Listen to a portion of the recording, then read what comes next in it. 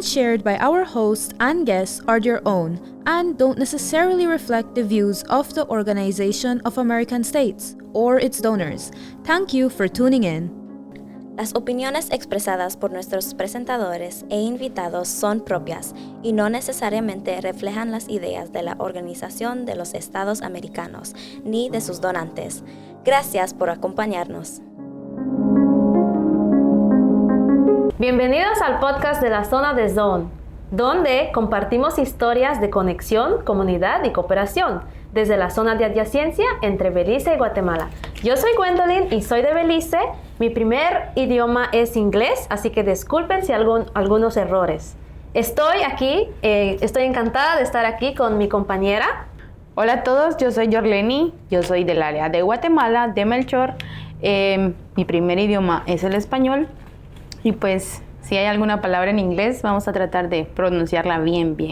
En este podcast es una producción de la oficina de la OEA en la zona de adyacencia y también muchas gracias al apoyo valioso del gobierno de España. Nuestro episodio el día de hoy se titula Sosteniendo nuestra región, en donde vamos a estar explorando, conversando, conociendo acerca de las comunidades locales que responden de manera práctica en ambos lados, desde viveros forestales, con jóvenes que lideran algunas campañas ecológicas y también acciones que son más concretas, ¿verdad?, donde también estaremos conversando con personas que son totalmente inspiradoras, tanto del lado de Belice como en Guatemala.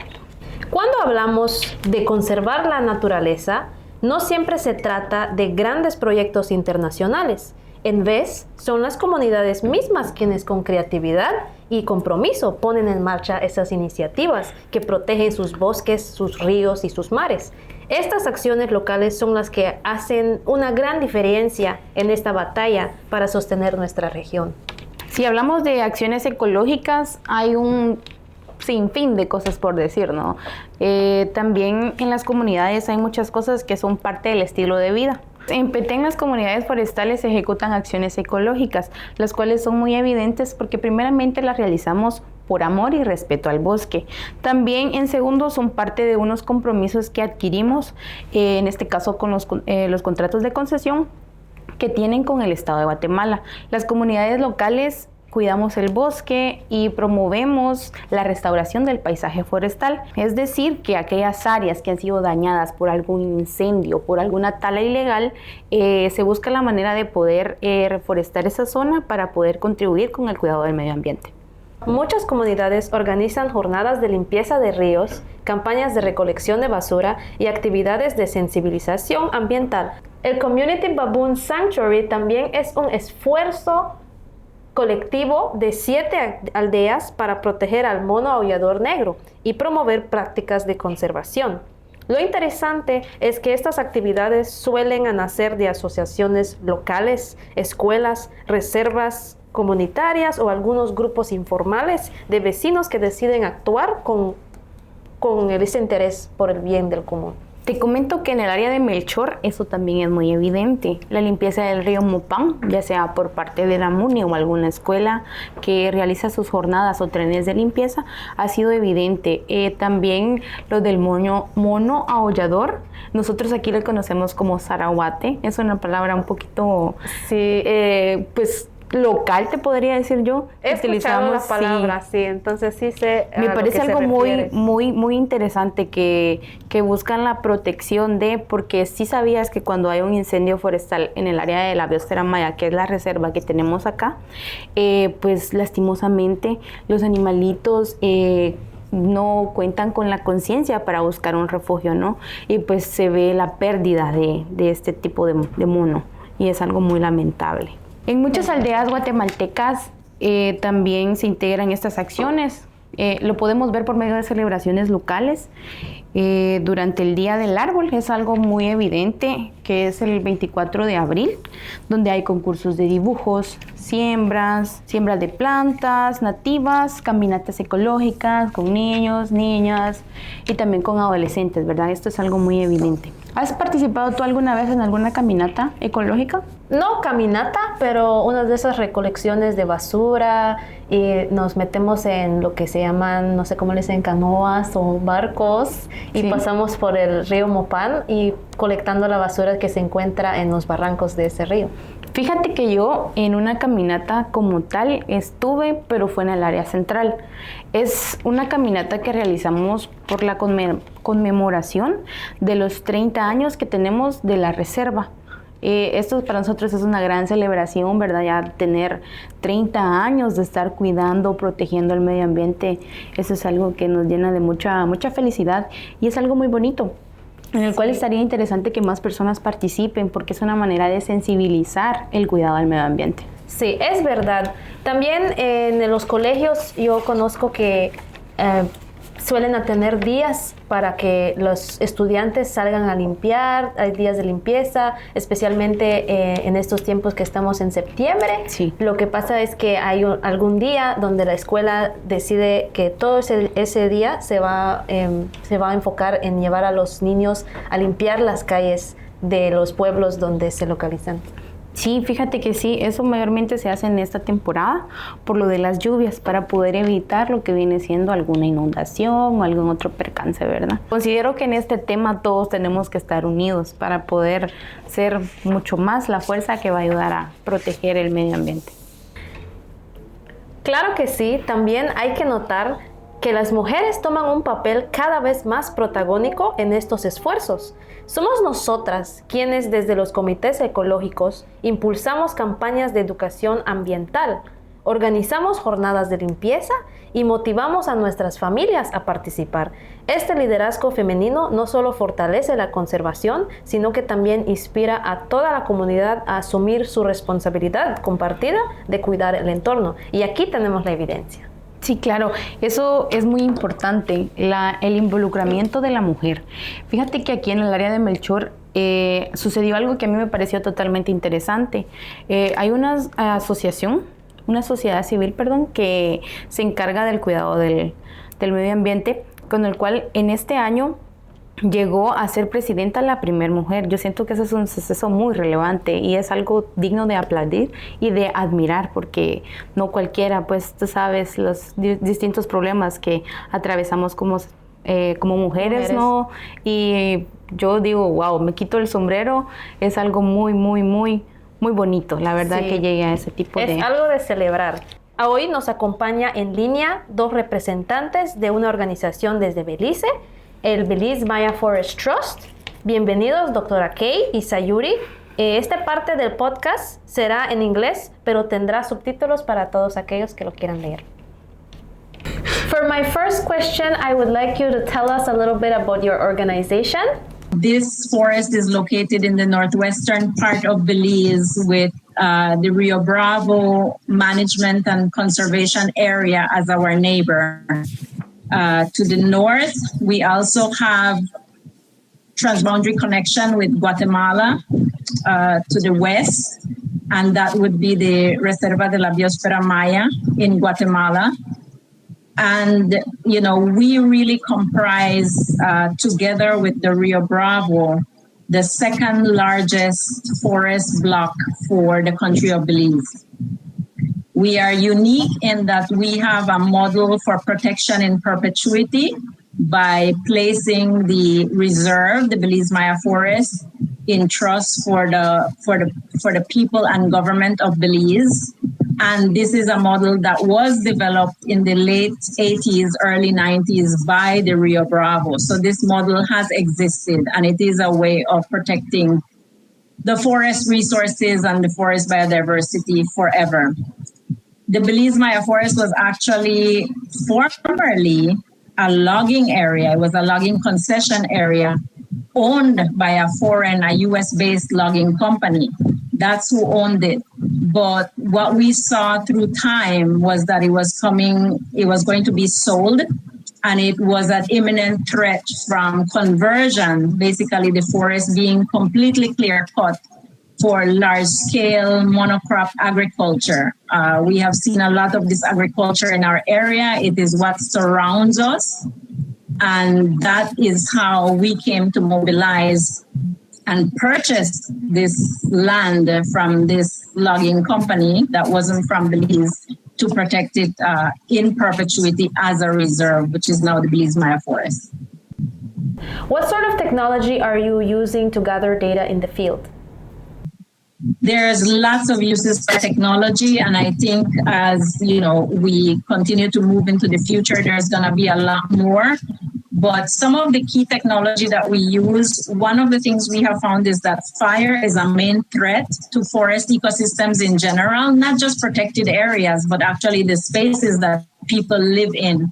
We have seen that with drier climates and climate change impacts, we are seeing more and more fire in the entire region and our neighboring countries, including Mexico and Guatemala. So technology is key, and some of the technology we use, for example, is like data that comes from satellites and what we call open source data, because it's freely available. For example, NASA has a system called the Fire Information for Resource Management System, or FIRMS, that provides for you alerts as to heat points during the fire season. There's a 24-hour lag in terms of when you actually get to see those heat points, but oftentimes for those of us that work in dense areas and forests, that's the first warning that we have that there's a fire. And if we go and we inspect it and we see it and catch it on time, we are able to put out that fire, preventing the loss of forests that are not adapted to fire. So that's one example. We also use lots of drones to be able to, again, be proactive about our, how we address threats like fire, or just look at, for example, areas where there might be incursions or deforestation or degradation. Drones can help us with that as well. And we also use things like camera traps, which are cameras that you can actually set out in the forest to remotely, basically capture information on biodiversity. So a lot of our knowledge of wildlife species, like iconic species like jaguars and other cats, or even large forest birds, all of this information comes from being able to set out these cameras out there that take pictures of the wildlife and can then be analyzed to translate into what do we have in this reserve, where are those things, how are they moving, how is that wildlife moving, what is the health of that wildlife. So we call them camera traps because they're not a real trap, but they basically take a picture. But that is one way that we can non-invasively study wildlife. Considering the recent trinational agreement for the protection of La Gran Selva Maya, how will this affect your work in the organization? So one of the things that I must clarify, Gwendolyn, when it comes to the agreement is that the agreement is not per se creating new protected areas. I think the beauty of the agreement is that it is reaffirming the work that many of us have been doing on the ground. There is now a recognition that we need to work at, and a recognition, I would say, at the very highest levels, right? Because these were the presidents of our neighboring countries and the Prime Minister of Belize signing this agreement. And I think it's historic in that sense because that had not been done before. So at the very highest levels of governance of our countries, we have basically reaffirmed our commitment to save what is the Great Maya Forest that is really comprises all of the forest in Belize plus protected forest in Guatemala and Mexico. And so to us, that recognition at that highest level is important because it can help us to leverage resources at scale, and it can help us to leverage goodwill and collaboration and coordination that is approved at the highest levels of each of these countries. So it's not creating a new reserve, but it's really recognition and a reaffirming of the work that many of us are doing on the ground. Because like in Belize, we have counterparts in Guatemala and Mexico, whether they work for the government or NGOs like the Belize Maya Forest, that are working hard to protect these forests and working with the communities that are in or around these forests. Now, these questions would be more directed to the field of Sayuri, the community coordinator. How do you integrate communities and the youth? We think that it goes hand in hand. People benefit from the forests and the fresh water and animals, and giving them that shared responsibility. And young people, they are critical agents, critical stewards in the communities. Young people, they have a lot of energy, they have creativity. The Belize Maya Forest work with 10 communities. That includes Sylvester within Galanjog, Yalbak Village, La Gracia, Los Tambos, Selena, Spanish Lookout, Buena Vista, Valley of Peace, San Felipe, and Blue Creek. So all around our neighboring communities. The only community there is actually right beside us is Spanish Lookout, right? The Spanish Lookout Farms. And building a strong relationship with our neighboring communities has been quite a journey, a lot of learning experience, learning from them as well. And we have engaged them not only on outreach, but also in capacity building, working with farmers, because the community program also integrates an agriculture component. Most of the communities I mentioned they work with farm and cattle and crops, right? Some of the livelihoods of people also directly depend on agriculture. So that component of regenerative agriculture is important. So we work with farmers, women, youth, and we also do a lot of phone outreach with the children. Muchas gracias a Dra. Kay y Sayuri de Belize Maya Forest Trust. Gracias por acompañarnos aquí en este episodio de la Zona de Zone Podcast. Otro punto clave en lo que es sosteniendo nuestra región es la agricultura. Cada vez más son los agricultores que están adoptando prácticas sostenibles como el compostaje, rotación de cultivos, uso de semillas locales resistentes. Todas estas medidas están buscando proteger el suelo, mantener su fertilidad y producir alimentos más sanos sin depender de químicos costosos o dañinos para el ambiente. Sí, claro, eso es algo muy importante. En Petén hay un enfoque muy creciente en la agroforestería. Esto significa que tratamos de integrar árboles frutales o maderables con cultivos tradicionales como el maíz o el frijol. De esta manera pues tratamos de proteger la biodiversidad, en donde se evita la erosión del suelo y se mejora la productividad a largo plazo. La Asociación de Comunidades Forestales, ACOFOP, ha impulsado en áreas rurales, específicamente en 6 de sus organizaciones socias, el establecimiento y mejora de huertos forestales, apoyando a familias a través de buenas prácticas ecológicas. Esto promueve el cultivo de hortalizas, frutas, verduras, plantas medicinales y pues esto sin el uso de químicos. También para el efecto se preparan sustratos para las siembras, como mencionabas tú, el compostaje. También se utilizan abonos orgánicos preparados a base de elementos que se encuentran en la propia comunidad. En este caso podría ser la preparación del sustrato, que es fundamental por medio de el tipo de abono que realizan utilizando cáscara de huevo, comida, verduras, cáscara de verduras y otros materiales orgánicos, ¿verdad? Esto también garantiza que las raíces tengan una buena humedad y nutrientes necesarios para el desarrollo de las plantas.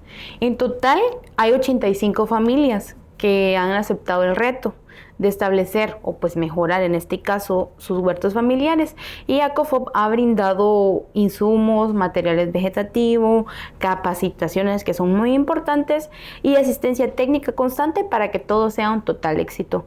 A través de estas acciones y buenas prácticas, ¿verdad? Se mejoran los suelos, se regenera la microbiología, se reduce la necesidad de utilizar fertilizantes externos. Así es. Te comento, también en Guatemala se apoyan con ferias de semillas a los agricultores. Esto es algo muy evidente en el área de Petén como parte de un impulso a los sistemas agroforestales y a la conservación de varias especies nativas. Estas ferias no solo permiten un intercambio de conocimiento ancestral, sino que también fortalecen la seguridad alimentaria de las mismas comunidades. Lo interesante es que tanto en Belice como en Guatemala, estas prácticas combinan la sabiduría de los mayores con nuevas técnicas que responden a los retos actuales. Se trata de recuperar lo que siempre funcionó, el respeto al suelo y a la semilla. Los efectos del cambio climático se están sintiendo con muchísima fuerza. Hay lluvias más intensas, sequías prolongadas, incendios forestales y también las comunidades están viendo esto, cómo impacta sus cultivos, el acceso al agua y pues claro, su seguridad alimentaria. También algunos hogares y algunos negocios están creando sistemas donde se reutilizan el agua que usan para mojar sus jardines. Sí, fíjate que el caso es la finca que tiene mi papá. Él tiene aquí le decimos tanque, donde él recibe agua lluvia y esa se utiliza para el uso mismo de ahí, de la finca, ¿no? Para lavar verduras, para regar las plantas, para darle incluso a los animales que él tiene dentro de. Eso es una práctica sostenible muy, muy buena. Sí, también en algunas aldeas rurales, como no hay electricidad o suele irse la electricidad, entonces lo que se hace, como en mi caso, lo que se hace es que se conecta una bomba eléctrica a un solar y se usa la energía solar para bombear agua. Eso está genial porque aquí no, aquí es difícil encontrar un panel por, como te digo, el costo es muy alto y cuesta, pero es algo muy interesante ya que aquí hay varias comunidades que no cuentan con energía y ellos no tienen acceso al agua. Sí. Ellos solo los que se encuentran en el río, aquí cerca. Se le dice aguadas, se le dice a los como pozos que hay en las parcelas y toman el agua así. O sea, no tienen tratamiento. No hay un tratamiento para eso, es directamente, pues eso a la larga pues tiene consecuencias, alguna enfermedad o algo, ¿verdad? Sí. Pero sí es una práctica que sería muy, muy, muy excelente tenerla aquí en las comunidades. En Petén también se buscan alternativas. Una de ellas es la promoción de cultivos más resistentes a la sequía. Hablamos de variedades nativas como el frijol y el maíz. Estos pues requieren menos agua y maduran más rápido para evitar la sequía de las tierras, ¿verdad? Y poder aprovecharlo más. Incluso algunas aldeas y pueblos tienen planes de evacuación establecidos, lo cual brinda seguridad y confianza. Eso es algo muy interesante. En el área de Guatemala, como la mayor parte de bosque es la reserva, lo cual está totalmente prohibido que hayan casas dentro de, los comunitarios realizan patrullajes en el cual van con bombas con agua. Igual ellos cuentan con una oficina donde les avisan si hay algún incendio y ellos igual tratan de impartir capacitaciones a las comunidades aledañas para poder prevenir los incendios forestales y cómo generar también, en este caso las rondas debidas para evitar también que ya sea que pase de Belice para Guatemala el fuego o viceversa. Sí, en cambio ahorita en el Mountain Pine Ridge, la reserva de Mountain Pine Ridge, están controlando un incendio que está pasando ahorita por la área de Valley Beacon. Y ahí es una sabana y en las sabanas suelen a pasar incendios. O sea, los incendios en las sabanas son clave para que se siga reproduciendo. Los semillas del pino requieren ese calor del fuego para que se abran y que sigan reproduciendo, ¿no? Ese es algo esencial del ecosistema de las sabanas. Entonces, en esta área, Mountain Pine Ridge, se suele haber incendios naturales, pero que se controlan aparte de las personas que están encargados de manejar la reserva. Claro, es una manera sostenible, ¿verdad? Eso está muy interesante. Algo que es muy valioso y es que se están combinando prácticas tradicionales con las nuevas tecnologías. Un ejemplo claro son las radios comunitarias que nos permiten alertar sobre algunas tormentas, incendios, incluso crecidas de ríos, que es algo muy frecuente por esta zona. Radio La Zona, por ejemplo, ya cumple con ese papel. Es una radio no comercial con cobertura en comunidades de ambos lados de la zona, tanto Guatemala, Belice, desde Benque Viejo hasta Arenal. Y para comentar, también yo soy presentadora de Radio La Zona. Ok, eso es muy interesante. Y cuéntame más sobre los segmentos que tienen en Radio La Zona. Sí, pues en uno de los programas que se llama La Voz de la Zona, tenemos un segmento que se titula La Zona Verde. Okay. Y ahí vamos a estar destacando temas ambientales que se tratan con la sostenibilidad de nuestra región, ¿no? Igual como este podcast. Ok, interesante. A ver, ¿cuándo me invitas? Si soy parte de ese segmento, me encantaría. Estás bienvenida. En resumen, todo esto demuestra que la resiliencia no se improvisa, se construye con conocimiento, con organización y sobre todo con solidaridad. Claro. Cuando las comunidades se apoyan entre sí y ponen al centro el cuidado de la naturaleza, logran enfrentar el cambio climático con más esperanza y fortaleza. Este es un tema que me encanta muchísimo. A mí también. Muchísimo. Ahí estoy bien metida. Fíjate que yo personalmente estoy en un grupo que se llama Escuela Mesoamericana de Liderazgo, en donde nos enseñan cómo poder mejorar nuestro pensamiento crítico, cómo ser unos buenos líderes y ser el futuro de nuestra comunidad. En Guatemala también hay mucho movimiento juvenil. Los jóvenes crean estaciones de reciclaje, proyectos ambientales, maneras de sensibilizar a las personas por medio de la educación desde pequeños hasta grandes. Tú sabes que pues un adulto también es importante recordarle el cuidado del medio ambiente, ¿no? Sí. Como a nosotros nos dicen, ustedes son el futuro, el presente y el futuro. Y tiene mucha razón, somos las personas que estamos siendo la voz, estamos levantando la voz. Nosotros tenemos un lema, somos voces que lideran, porque el involucramiento juvenil es importante. Hay muchas distracciones, las redes sociales que no se utilizan de buena manera, eso es algo muy triste. Pero aquí nos dicen, nos enseñan, utilicen las redes pero para algo bueno, háganlo para algo bueno. También se producen huertos, que eso es algo donde se ven los jóvenes. También hay programas de radio comunitaria como La Zona. Ya nos veo platicando sobre este tema en Sí, claro. Las Voces de la Zona. Sería muy interesante participar.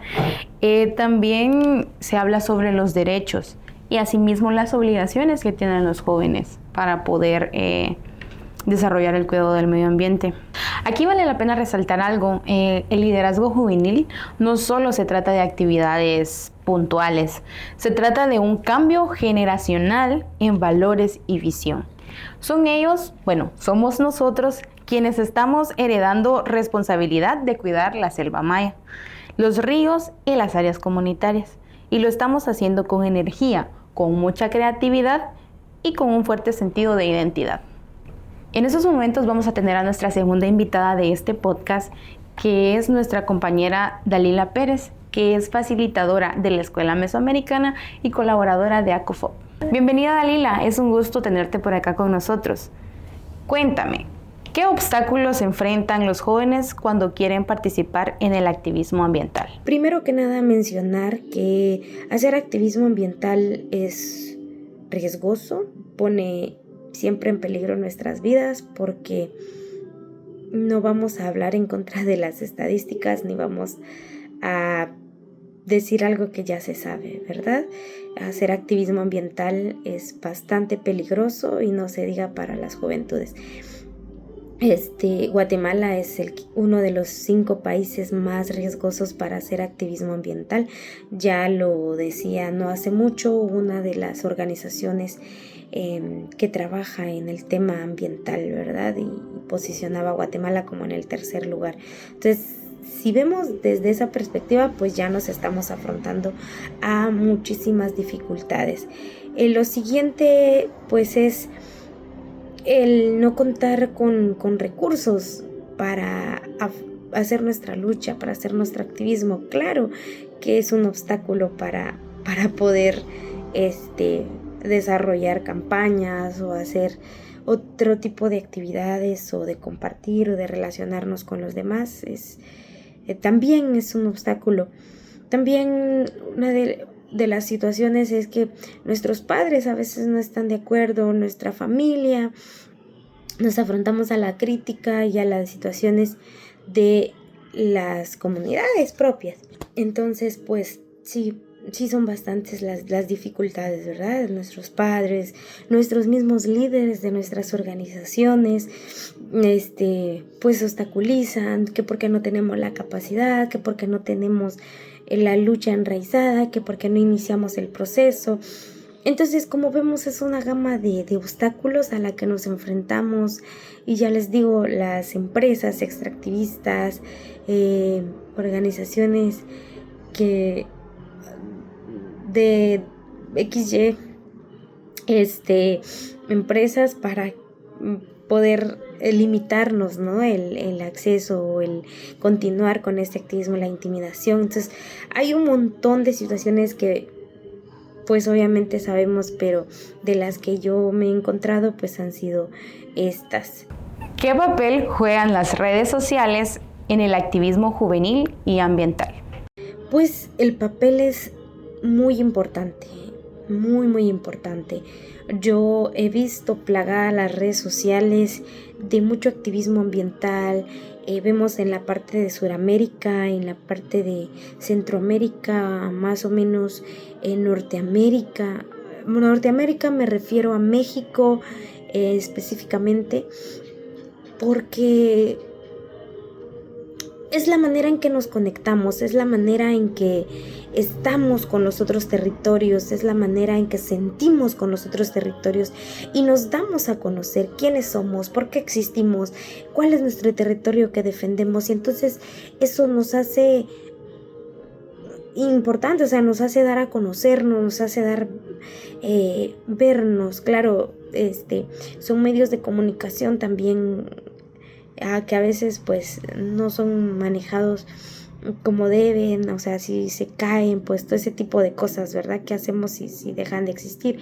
Pero también es una herramienta que podemos utilizar como jóvenes para el activismo ambiental y posicionar nuestras voces y llegar de una forma inmediata y con mucha rapidez a las otras personas y a los otros territorios, y lograr hacer incidencia y lograr dar visibilización de las cosas que están sucediendo en este momento, en este preciso instante en mi territorio, para darlo a conocer en otros territorios y el apoyo pueda ser un poco rápido y pues que se unan más a nuestras causas.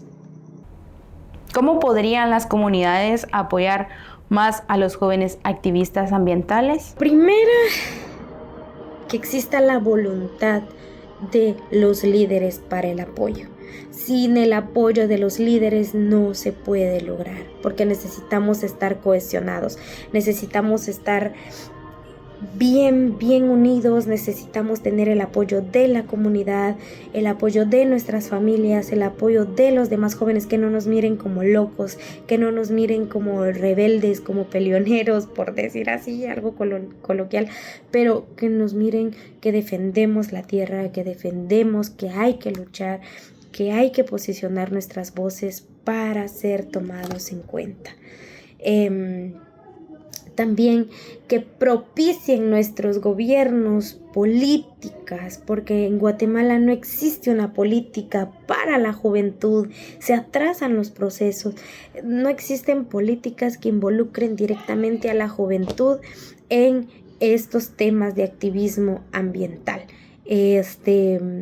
También el hecho de que quieran colaborar las escuelas, de que quieran estar ahí, otras entidades como el CONAP, como otras organizaciones, Balamo, otras organizaciones que estén trabajando, que no nos veamos desunidas, que no peleemos, sino que estemos unidas las organizaciones para defender los territorios, para defender el ambiente. Y pues nada, cuando ustedes escuchen que hay un activismo, que hay un joven activista, denle repostear a todas sus iniciativas, comenten, compartan, y apoyen si se les da un llamado para firmar en contra de alguna pues empresa extractivista o cosas así. Apoyen, infórmense, escúchenlos, porque eso también, dialoguen, coméntenlo, y no se dejen engañar por también los periódicos amarillistas, los noticieros amarillistas que siempre van a poner en contra a las juventudes activistas o a los líderes activistas. Entonces siempre se van a volcar en contra de ellos como una amenaza, pero es una amenaza porque va en contra de sus principios y en contra de todo este monopolio que quiere terminar con nuestros territorios. Yo no sé si respondo a todas las preguntas, pero ha sido un gusto el poder hablar con ustedes, el poder estar pues desarrollando y comentando mi punto de vista, porque al final es lo que piensa Dalila desde lo que ha visto, desde lo que ha vivido. Pues nada, muchísimas gracias, un abrazo para todos y que sigamos en la lucha y que sigamos involucrándonos y que tomemos acción para la defensa de nuestros territorios. Nos vemos, buen día. Muchísimas gracias por acompañarnos el día de hoy. Es un gusto saludarte y te esperamos en una próxima. Y así llegamos a la conclusión de este episodio Sosteniendo nuestra región. Hoy aprendimos que la sostenibilidad no es solo un concepto global, es algo que nos construye en lo cotidiano, en cómo sembramos, en cómo cuidamos el agua y en cómo educamos a nuestros hijos. Así es, querida Gwendolyn.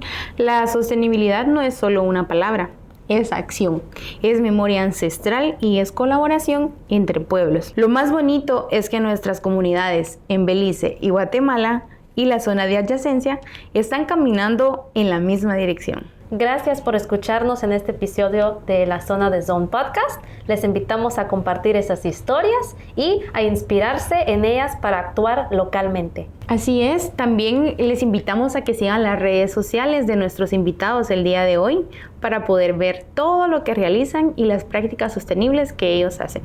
Nos vemos en el próximo episodio donde seguiremos destacando lo que nos une. Hasta pronto.